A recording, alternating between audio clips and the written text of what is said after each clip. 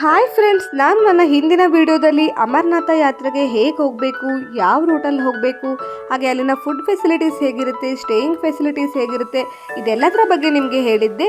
So ನನ್ನ ಇವತ್ತಿನ ವಿಡಿಯೋದಲ್ಲಿ ನಾನು ಅಮರನಾಥ ಗುಹೆಗೆ ಹೇಗೆ ಹೋದೆ, ಹಾಗೆ ಅಮರನಾಥ ಯಾತ್ರೆ ಯಾಕೆ ಅಷ್ಟು ಫೇಮಸ್, ಅಮರನಾಥ ಗುಹೆಯ ರಹಸ್ಯಗಳೇನು, ಇದೆಲ್ಲದರ ಬಗ್ಗೆ ಕಂಪ್ಲೀಟಾಗಿ ನಾನು ನಿಮಗೆ ಹೇಳ್ತಾ ಇದ್ದೀನಿ. ಸೊ ವಿಡಿಯೋನ ಕೊನೆ ತನಕ ತಪ್ಪದೆ ನೋಡಿ, ಆಗ ನಿಮಗೂ ಕೂಡ ಅಮರನಾಥ ಯಾತ್ರೆ ಯಾಕೆ ಶ್ರೇಷ್ಠ ಅನ್ನೋದು ನಿಮಗೆ ಗೊತ್ತಾಗುತ್ತೆ. ಅಮರನಾಥ ಯಾತ್ರೆನ ನಾವು ಬೆಳಗಿನ ಜಾವ 3 ಗಂಟೆಗೆ ಸ್ಟಾರ್ಟ್ ಮಾಡಬೇಕಾಗತ್ತೆ. ಹಿಂದಿನ ದಿನ ನಾವೇನು ಬಾಲ್ಟಾಲಲ್ಲಿ ಬಂದು ಸ್ಟೇ ಮಾಡಿರ್ತೀವಿ, ಬೆಳಗ್ಗೆ 3 ಗಂಟೆಗೆ ನಾವು ರೆಡಿ ಇರಬೇಕು. ಯಾಕಂತ ಹೇಳಿದ್ರೆ ಅಮರನಾಥ ಗುಹೆಯನ್ನು ನಾವು ರೀಚ್ ಆಗಲು 3 ರಿಂದ 4 ಗಂಟೆ ಬೇಕಾಗುತ್ತೆ. ನಾವು ಒಂದೇ ದಿನದಲ್ಲಿ ಹೋಗಿ ವಾಪಸ್ ಬರಬೇಕಾಗಿರೋ ಕಾರಣ ನಾವು 3 ಗಂಟೆಗೆ ಎದ್ದು ರೆಡಿ ಆಗಬೇಕು. ಸೊ 3 ಗಂಟೆಗೆ ನಾವು ಹೊರಡಬೇಕಾಗತ್ತೆ. ನೀವು ಇಲ್ಲಿ ನೋಡ್ತಾ ಇದ್ದೀರಲ್ಲ, ಈ ರೀತಿಯಾಗಿ ಎಲ್ಲರೂ ರೆಡಿಯಾಗಿರ್ತಾರೆ ಬೆಳಗಿನ ಜಾವ. ಸೊ ನಾವು ಕೂಡ ಬೆಳಗ್ಗೆ 2 ಗಂಟೆಗೆ ಎದ್ದು ರೆಡಿಯಾಗಿ ಯಾತ್ರೆಗೆ ಸಿದ್ಧರಾಗಿ ಸೊ ಬೆಳಗಿನ ಜಾವ 3 ಗಂಟೆಗೆ ನೋಡಿ ಎಷ್ಟೊಂದು ಕ್ಯೂ ಇದೆ ಅಂತ ಹೇಳಿ. ಈ ಕ್ಯೂ ಅಲ್ಲೆಲ್ಲ ನಿಂತಿದ್ದಾರಲ್ಲ, ಇವರೆಲ್ಲ ನಡ್ಕೊಂಡು ಹೋಗೋರು. ಇಲ್ಲಿ ನಡ್ಕೊಂಡು ಹೋಗೋರಿಗೆ ಸೆಪರೇಟ್ ಆದ ಲೈನ್ ಇರುತ್ತೆ, ಹಾಗೆ ಡೋಲಿಲಿ ಹೋಗೋರಿಗೆ ಸೆಪರೇಟ್ ಆದ ಲೈನ್ಗಳನ್ನು ಮಾಡಿಸಿರ್ತಾರೆ. ಬೆಳಗಿನ ಜಾವ 3 ಗಂಟೆಗೆ ನೋಡಿ ಎಷ್ಟು ಜನ ಇದ್ದಾರೆ ಅಂತ ಹೇಳಿ. ಸೊ ಡೋಲಿ ಅಂದರೆ ಏನಂತ ನೀವು ಕೇಳ್ಬೋದು. ಡೋಲಿ ಅಂದರೆ ಇದೆ, ನಾನು ತೋರಿಸ್ತಿದ್ದೇನಲ್ಲ, ಇದೆ. ಈ ರೀತಿಯಾಗಿ ಡೋಲಿಲಿ ಹೋಗೋರನ್ನ ಹಿಂಗೆ ಕೂರಿಸಿರ್ತಾರೆ. ಡೋಲಿಲಿ ಹೋಗೋರಿಗೆ ಸೆಪ್ರೇಟ್ ಆದ ಲೈನ್ ಇರುತ್ತೆ, ಹಾಗೆ ನಡ್ಕೊಂಡು ಹೋಗೋರಿಗೆ ಸೆಪ್ರೇಟ್ ಆದ ಲೈನ್ ಇರುತ್ತೆ. ಈ ಥರದ ಚೇರಲ್ಲಿ ನಮ್ಮನ್ನು ಕೂರಿಸಿರ್ತಾರೆ. ಈ ಚೇರನ್ನು 4 ಜನ ಅವರ ಹೆಗಲ ಮೇಲೆ ಹೊತ್ಕೊಂಡು ಹೋಗ್ತಾರೆ. ಇದನ್ನೇ ಡೋಲಿ ಅಂತ ಕರೆಯೋದು. ಡೋಲಿ ಅಂತ ಹೇಳಿದ್ರೆ ಸುಮಾರು ಜನಕ್ಕೆ ಗೊತ್ತಿರಲ್ಲ ಏನು ಅಂತ ಹೇಳಿ. ಸೊ ಇದನ್ನೇ ಡೋಲಿ ಅಂತ ಕರೀತಾರೆ.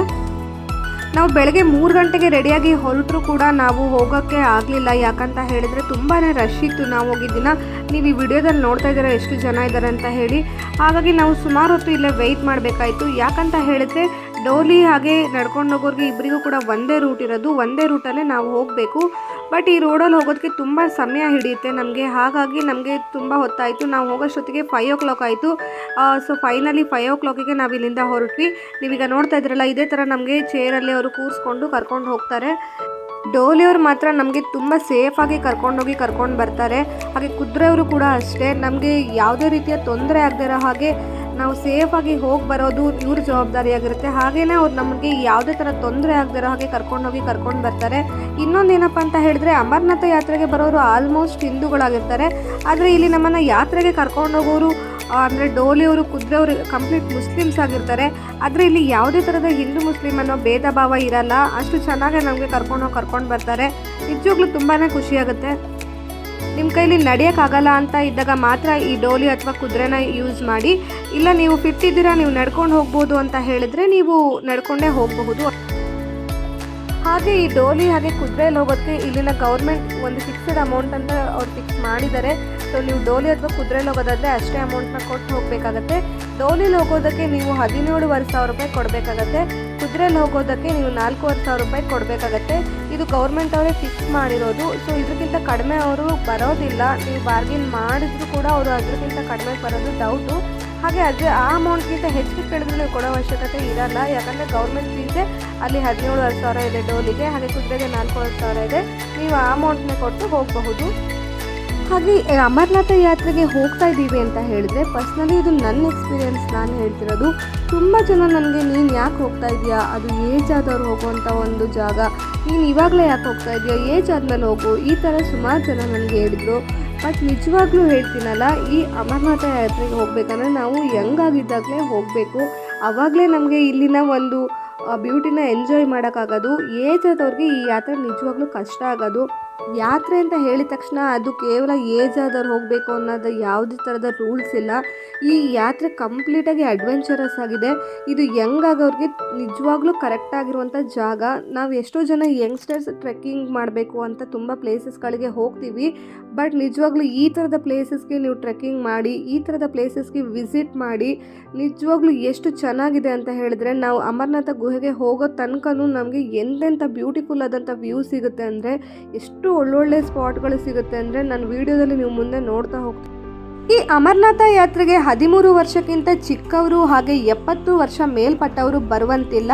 ಹಾಗಂತ ಇಲ್ಲಿನ ಗೌರ್ಮೆಂಟೇ ರೂಲ್ಸ್ನ ಮಾಡಿದೆ. ಸೊ ಹಾಗಾಗಿ ಅವ್ರನ್ನ ಬಿಟ್ಟು ಬೇರೆ ಯಾರು ಬೇಕಾದರೂ ಈ ಯಾತ್ರೆಯನ್ನು ಕೈಗೊಳ್ಳಬಹುದು. ಬಟ್ ಯಂಗ್ಸ್ಟರ್ ಇದ್ದಾಗ ಬಂದರೆ ಒಳ್ಳೆಯದು ಅಂತ ಹೇಳಿ ನಾನು ಹೇಳ್ತೀನಿ. ಯಾಕಂತ ಹೇಳಿದರೆ ನಾವು ಯಂಗಾಗಿದ್ದಾಗ ಫಿಸಿಕಲಿ ಫಿಟ್ಟಾಗಿರ್ತೀವಿ, ನಾವು ನಡ್ಕೊಂಡು ಹೋಗೋದಕ್ಕೂ ಕೂಡ ನಮ್ಮ ಹತ್ರ ಶಕ್ತಿ ಇರುತ್ತೆ. ಬಟ್ ನಮಗೆ ಏಜ್ ಆದಮೇಲೆ ನಮ್ಗೆ ಆ ಫಿಸಿಕಲ್ ಫಿಟ್ನೆಸ್ ಇರಲ್ಲ, ನಾವು ತುಂಬ ದೂರ ನಡ್ಕೊಂಡು ಹೋಗೋಕ್ಕಾಗಲ್ಲ. ಆವಾಗ ನಾವು ಡೋಲಿ ಅಥವಾ ಕುದುರೆಯಲ್ಲಿ ಹೋಗಬೇಕಾಗತ್ತೆ. ಬಟ್ ನಾವು ಯಂಗಾಗಿದ್ದಾಗ ನಾವು ಎಷ್ಟು ದೂರ ಬೇಕಾದ್ರೆ ನಡ್ಕೊಂಡು ಹೋಗ್ಬೋದು. ನಾವು ನಮ್ಮ ಫ್ರೆಂಡ್ಸ್ ಗ್ರೂಪ್ ಮಾಡ್ಕೊಂಡು ಬಂದರೆ ನಾವೆಲ್ಲ ಆರಾಮಾಗಿ ಮಾತಾಡ್ಕೊತ ನಾವು ಜರ್ನಿ ಮಾಡ್ಕೊಂಡು ಹೋಗೋದೇ ಗೊತ್ತಾಗೋದಿಲ್ಲ. ಹಾಗಾಗಿ ನಾನು ಹೇಳೋದಾದರೆ ನೀವು ಯಂಗಾಗಿದ್ದಾಗ ಬನ್ನಿ, ಈ ಥರ ಪ್ಲೇಸಸ್ಗೆ ವಿಸಿಟ್ ಮಾಡಿ, ತುಂಬಾ ಚೆನ್ನಾಗಿರುತ್ತೆ. ನಾವು ಹೋಗಿದ್ದಿನ ನಿಜವಾಗ್ಲೂ ವೆದರ್ ತುಂಬ ಚೆನ್ನಾಗಿತ್ತು, ಮಳೆ ಹಾಗೆ ಮೋಡ ಇರಲಿಲ್ಲ. ಹಾಗಾಗಿ ನಮಗೆ ಅಲ್ಲಿನ ಸೀನ್ರಿ ನೋಡೋಕ್ಕೆ ತುಂಬಾ ಚೆನ್ನಾಗಿತ್ತು. ನೋಡಿ, ಕೆಳಗಡೆ ರಿವರ್ ಹರಿತಾ ಇದೆ, ದೊಡ್ಡ ಗುಡ್ಡ, ಗುಡ್ಡದ ಮೇಲೆ ಸೂರ್ಯನ ಕಿರಣ ಬೀಳ್ತಾ ಇರುತ್ತೆ. ಈ ವ್ಯೂ ನೋಡೋಕ್ಕೆ ಎಷ್ಟು ಚೆನ್ನಾಗಿರುತ್ತೆ ಅಂದರೆ, ಮಳೆ ಬಂದರೆ ಮೋಡ ಇದ್ದರೆ ನಮ್ಗೆ ಈ ಥರ ವ್ಯೂ ನಮ್ಗೆ ನೋಡೋಕ್ಕಾಗಲ್ಲ.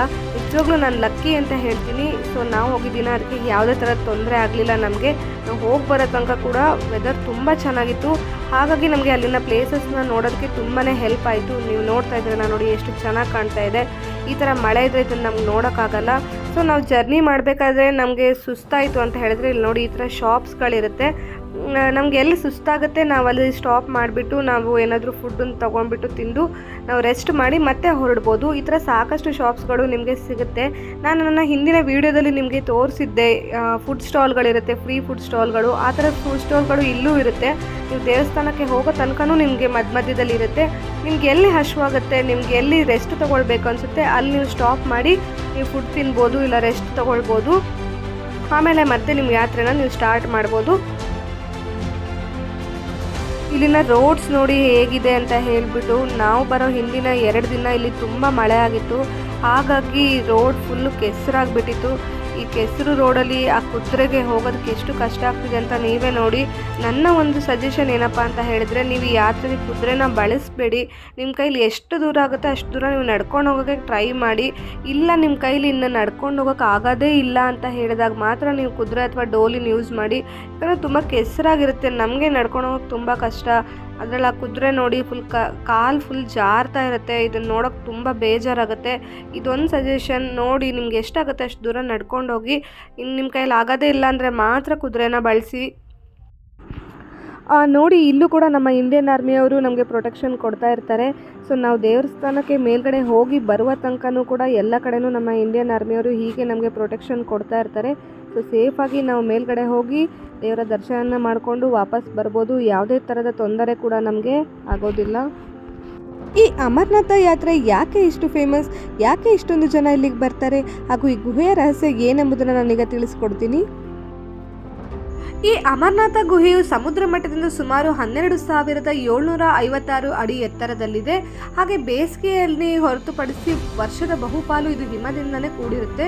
ಪ್ರತಿ ವರ್ಷ ಅಮರನಾಥ ಯಾತ್ರೆಯನ್ನ ಪ್ರಥಮ ಪೂಜೆ ಅಂತ ಕೂಡ ಗುರುತಿಸಲಾಗುತ್ತೆ. ಹಾಗೆ ಅಮರನಾಥ ಗುಹೆಯ ರಹಸ್ಯ ಏನು ಅಂತ ಹೇಳಿದರೆ, ಇಲ್ಲಿ ಶಿವಲಿಂಗವು ಹಿಮದಿಂದ ನೈಸರ್ಗಿಕವಾಗಿ ರೂಪುಗೊಳ್ಳುತ್ತೆ. ಇದನ್ನು ಯಾರು ಕೂಡ ನಿರ್ಮಿಸಲ್ಲ, ಸ್ವತಃ ಅದಾಗೆ ರೂಪುಗೊಳ್ಳುತ್ತೆ.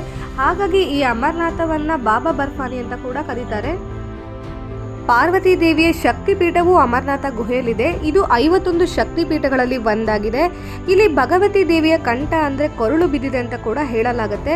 ಅಮರನಾಥ ಪವಿತ್ರ ಗುಹೆಯಲ್ಲಿರುವಂಥ ಶಿವಲಿಂಗನ ಯಾರು ಶುದ್ಧ ಮನಸ್ಸಿನಿಂದ ಹೋಗಿ ದರ್ಶನವನ್ನು ಪಡಿತಾರೆ ಅವರು ಮೋಕ್ಷವನ್ನು ಪಡಿತಾರೆ ಅನ್ನೋದು ನಮ್ಮ ನಂಬಿಕೆಯಾಗಿದೆ. ಹಾಗೆ ಕಾಶಿ ಲಿಂಗವನ್ನು ನೋಡಿ ಪೂಜೆ ಮಾಡೋದಕ್ಕಿಂತ 10 ಪಟ್ಟು, ಹಾಗೆ ಪ್ರಯಾಗಕ್ಕಿಂತ 100 ಪಟ್ಟು ಹೆಚ್ಚಿನ ಪುಣ್ಯ ನಾವು ಈ ಅಮರನಾಥ ಯಾತ್ರೆಯನ್ನು ಮಾಡೋದ್ರಿಂದ ಸಿಗುತ್ತೆ ಅಂತ ಹೇಳ್ತಾರೆ. ಕೆಲವರು ಅಮರನಾಥವನ್ನು ಸ್ವರ್ಗದ ದಾರಿ ಅಂತ ಕೂಡ ಕರೀತಾರೆ. ಹಾಗೆ ಕೆಲವೊಬ್ಬರು ಮೋಕ್ಷದ ಸ್ಥಳ ಅಂತ ಕೂಡ ಕರೀತಾರೆ. ಅಮರನಾಥ ಯಾತ್ರೆಯನ್ನು ಮಾಡೋದ್ರಿಂದ ನಮಗೆ ಮೋಕ್ಷ ಸಿಗುತ್ತೆ ಅನ್ನೋದು ತುಂಬ ಜನರ ನಂಬಿಕೆಯಾಗಿದೆ.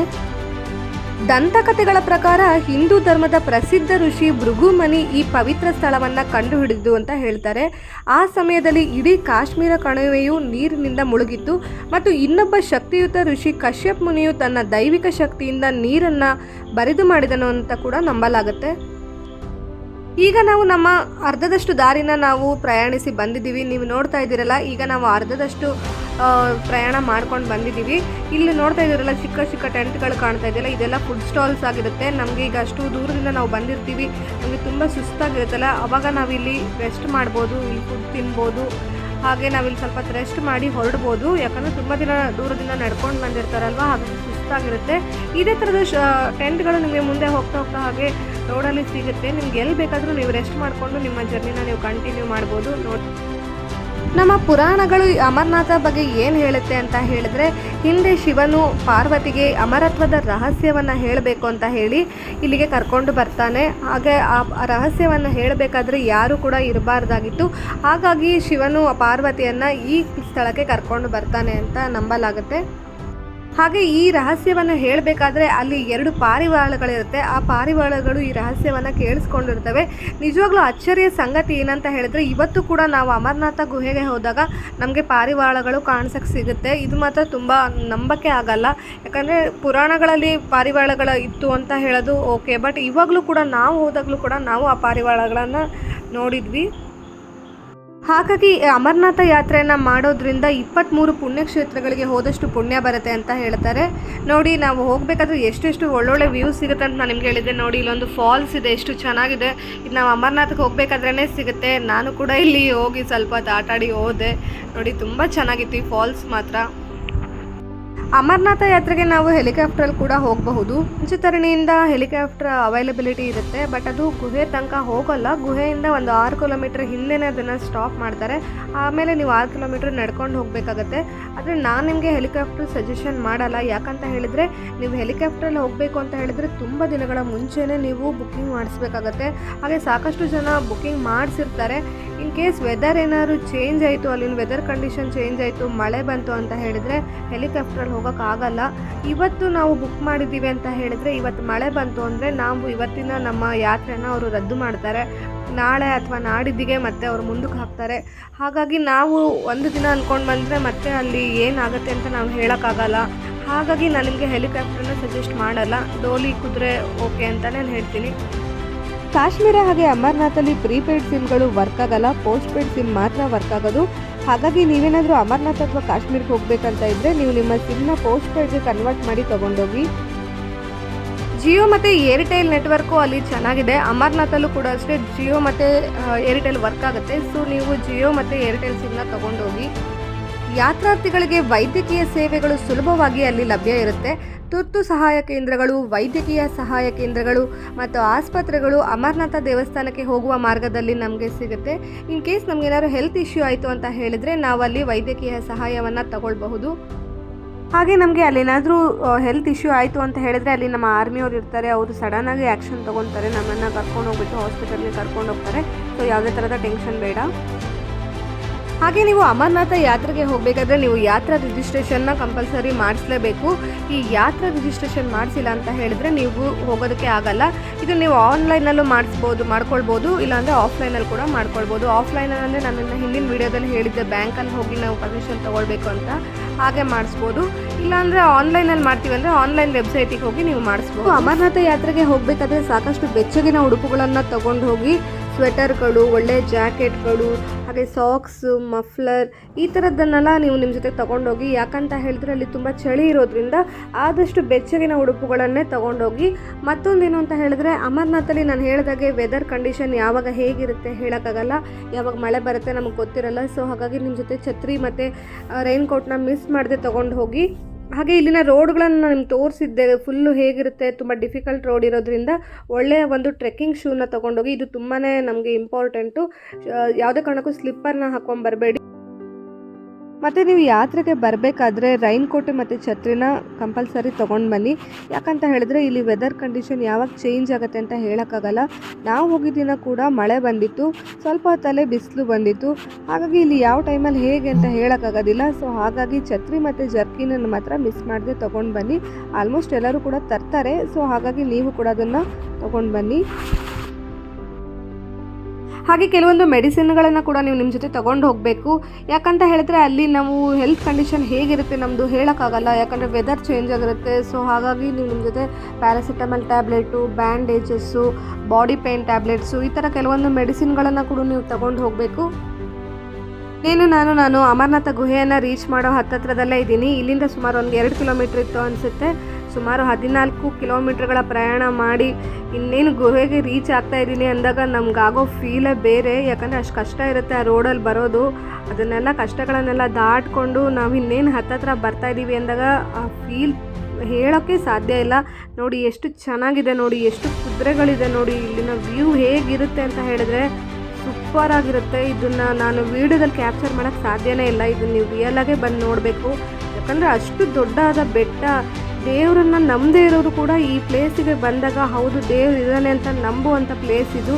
ಹಾಗಾಗಿ ನಿಮ್ಮ ಜೀವನದಲ್ಲಿ ಒನ್ ಟೈಮ್ ಆದರೂ ಅಮರನಾಥ ಯಾತ್ರೆನ ನೀವು ಮಾಡಿ. ಹೀಗೆ ನಾನು ಗುಹೆ ಹತ್ರ ಹೋಗ್ತಾ ಇದ್ದೀನಿ. ನೋಡಿ ಇನ್ನು 1 ಕಿಲೋಮೀಟ್ರ್ ಇದೆ ನಾನು ಗುಹೆಯನ್ನು ತಲುಪೋಕ್ಕೆ. ಬಟ್ ನನ್ನ ಫೋನಲ್ಲಿ ಚಾರ್ಜ್ ಇಲ್ಲದೇ ಇರೋ ಕಾರಣ ನನ್ನ ಫೋನ್ ಸ್ವಿಚ್ ಆಫ್ ಆಯಿತು. ನಾನು ಅಮರನಾಥ ಗುಹೆ ತನಕನೂ ವೀಡಿಯೋ ಮಾಡಬೇಕು ಅಂತ ಇದ್ದೆ, ಬಟ್ ನನ್ನ ಫೋನಲ್ಲಿ ಚಾರ್ಜ್ ಇಲ್ಲದೇ ಇರೋ ಕಾರಣ ಫೋನ್ ಸ್ವಿಚ್ ಆಫ್ ಆಯಿತು. ಹಾಗಾಗಿ ನನಗೆ ಅದನ್ನು ವೀಡಿಯೋ ಮಾಡೋಕ್ಕಾಗಲಿಲ್ಲ. ಸೊ ಫೈನಲಿ ನಾನು ಗುಹೆಯನ್ನು ರೀಚ್ ಆಗಿ ಅಲ್ಲಿ ಅಮರನಾಥರ ದರ್ಶನವನ್ನು ಮಾಡಿದೆ. ನಿಜವಾಗ್ಲೂ ಆ ಮೂಮೆಂಟು ನನ್ನ ಲೈಫಲ್ಲಿ ಮರೆಯೋಕ್ಕಾಗದಿರೋಂಥ ಒಂದು ಮೂಮೆಂಟ್. ಯಾಕಂದರೆ ನಾನು ದೇವ್ರ ಮುಂದೆ ಹೋಗಿ ನಿಂತಾಗ ನನ್ನ ಕಣ್ಣಲ್ಲಿ ಫುಲ್ ನೀರು ಬರ್ತಾಯಿತ್ತು. ನನ್ನ ಕಂಟ್ರೋಲೇ ಮಾಡೋಕ್ಕಾಗಿಲ್ಲ. ಯಾಕಂದರೆ ನಾವು ಎಷ್ಟು ಕಷ್ಟಪಟ್ಕೊಂಡು ಬಂದಿರ್ತೀವಿ ಅಂತ ಹೇಳಿದ್ರೆ ತುಂಬ ಕಷ್ಟವಾದಂಥ ದಾರಿಯನ್ನು ದಾಟಿಬಿಟ್ಟು ಬಂದಿರ್ತೀವಿ.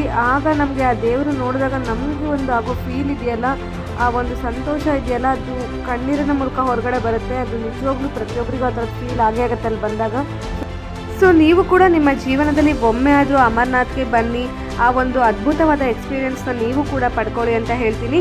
ಸೊ ಅಮರನಾಥ ಬಗ್ಗೆ ಹೇಳ್ತಾ ಹೋದರೆ ಸಾಕಷ್ಟು ವಿಷಯಗಳು ನಮಗೆ ಸಿಗ್ತಾನೆ ಹೋಗುತ್ತೆ.